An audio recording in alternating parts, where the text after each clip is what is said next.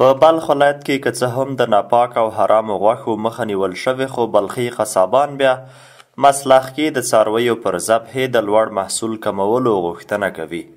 له یوه کال را په دې خوا د بلخ په مرکز مزار شریف ښار کې د مسلخ له جوړېدو راوروسته د سلګونه ټنه خرابو غوښو او ناروغو څارویو له ذبحې مخنیوی شوی.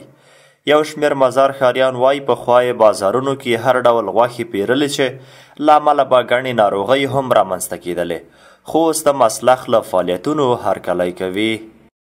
کوم مسلخ مرکز چې په مزار شریف ښار کې د څارویو د ذبحې دپاره جوړ شوی ده، په دې سره د ډیریو هغه ناروغیو چې د ناپاکه غوښو نه د انسان ته انتقالېدلې د دې مخنیوی شوی، او همداسې د ښار په پاکوالي کې هم دا یو ګټور ګام ده چې پخوا به مثلا هر چا هر چېرته ذبحې کولې قصابانو، خو اوس ځانګړی مرکز ده او هلته به ذبحه کېږي. او زموږ غوښتنه دا ده چې په نورو ولایتونو کې هم دغه سه مرکزونه یا دغه سه مسلخونه جوړ شي.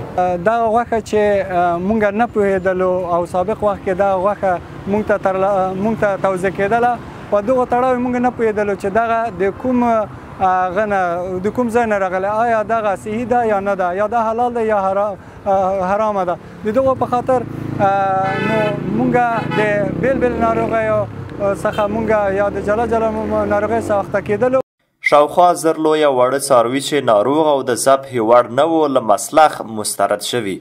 په همدې حال بیا مزار ښار کې یو شمېر قصابان د څارویو پر ذبحې د لوړ محصول له اخیستو ناخوښه دي او په دې برخه کې د مسئولینو له جدي پاملرنې غوښتنه کوي. یک بره 250 رو مانده، 40 هم در حساب آوردن بردنش میگیره، سر به زرن میگه یک مال دما 400 سرش ماله میایه. این ما یه چند سودا کنه که دما یه مفاد کنه غریبی کنه. خاص ما مسئولین همی است که یک کمی همی را پایان کنه که مال هم قیمت از امسال شکر که بارانی هم شد، کشت هم شد، علف هم شد، چوپان ولی تا مالش سودا هم نمیکنه. یک کمی ارزان کنه که ما هم یک چیز مفاد کنیم. برای 4 سال مفاد نمیکنه، از اون خاطر که عادتی که پیسش قیمت از ما کشتار نمیگیریم، سعی بندر خالی مال هم قیمت. ما همین میخوایم که نرخ نوایش کم شود که هم مردم سابق که بود 50 روپیه بود، حالا یک مال 400 روپیه است، یک مال 400 فایده نمیکنه. از اون خاطر سعی بندر گوشت هیچ نیست.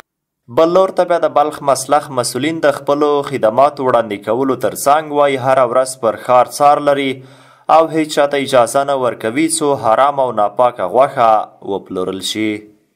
حدود بالاتر از 400 مواشی که حامله بوده، از لحاظ حمل حامله بوده، ایرا دوباره مسترد کردیم و در بالاتر از حدود 50 مواشی که لاغر بود و ضعیف بود، مریض بوده، قابل کشتار نبوده، دوباره مسترد کردیم.